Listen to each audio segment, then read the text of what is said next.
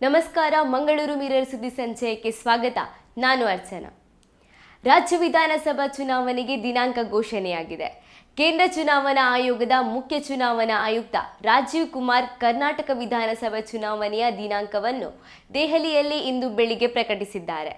ಮೇ 10ರಂದು ಒಂದೇ ಹಂತದಲ್ಲಿ ಮತದಾನ ನಡೆಯಲಿದ್ದು, ಮೇ 13ಕ್ಕೆ ಮತ ಎಣಿಕೆ ನಡೆದು ಫಲಿತಾಂಶ ಹೊರಬೀಳಲಿದೆ.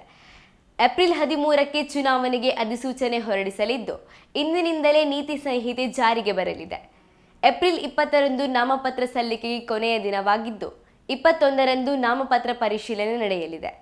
ಏಪ್ರಿಲ್ 24 ನಾಮಪತ್ರ ಹಿಂಪಡೆಯಲು ಕೊನೆಯ ದಿನವಾಗಿದೆ.